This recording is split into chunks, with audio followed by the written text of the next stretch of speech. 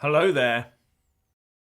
The subject of proroguing Parliament in order to force a no-deal Brexit has been talked about before, and one Tory leadership candidate, Dominic Raab, has put it forward as a tactic he might use to stop MPs preventing a no-deal Brexit. But would it work?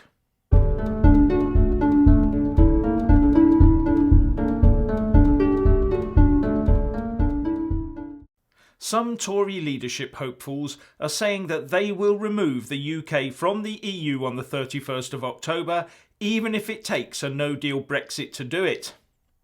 But there are fears that the Speaker of the Commons, John Bercow, might give MPs every opportunity to pass an Act of Parliament that could stop the UK leaving the EU on WTO terms, even if he has to reinterpret the Commons rulebook to do it.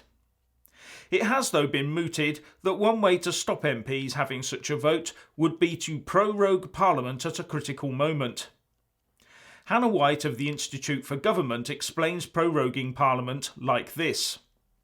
In between elections, Parliament normally operates on a yearly cycle, with annual sessions beginning with the opening of Parliament and ending in its prorogation.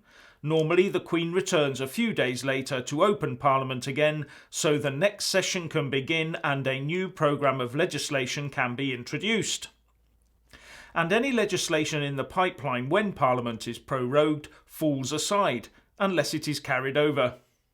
So the thinking goes that if we're getting close to the Brexit date of the 31st of October without a deal, and MPs look like they're gearing up to make a play to stop a no-deal Brexit, then the government can, using its prerogative powers, end that parliamentary session with prorogation until after the due date has come and gone.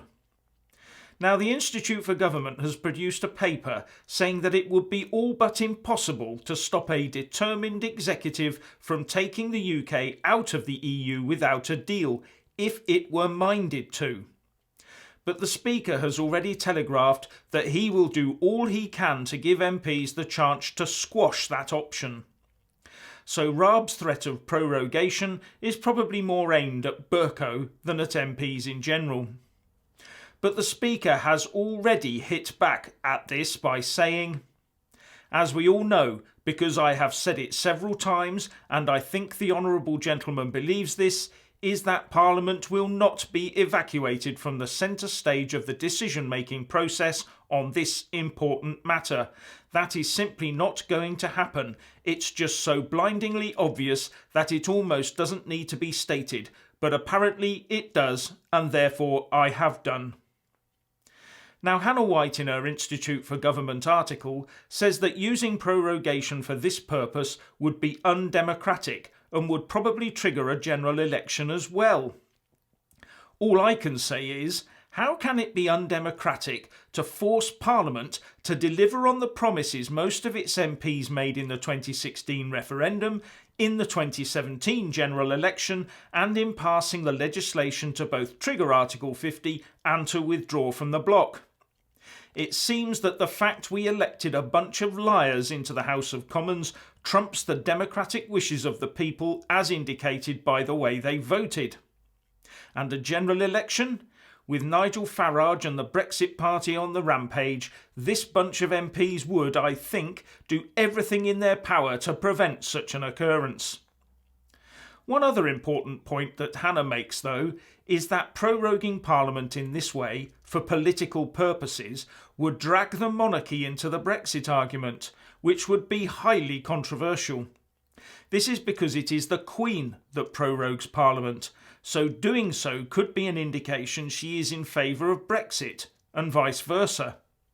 So maybe prorogation shouldn't be the first resort, but if there's no other option left, then what would there be left to lose?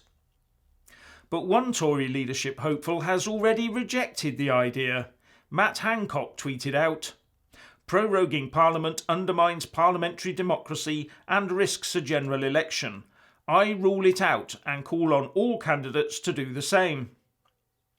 But the real point to make here is that the only way the UK will now leave the EU on the 31st of October is if the Tory MPs offer up at least one hard Brexiteer in the final two candidates for the Tory membership to choose between, and then for the membership to also vote for that candidate. Without that, it will be delay and in all probability remain all the way. All we can hope for is that a strong message comes out of the Peterborough by-election count tonight that concentrates the minds of those involved in electing our new Prime Minister. Anyway, what do you think? Please share and comment, and thank you for watching. Please do like and share this video, and also subscribe to my channel. And when subscribing, please do remember to press on the little bell next to the subscribe button. That way you'll get an alert every single time I put up a new video. Thank you very much for watching.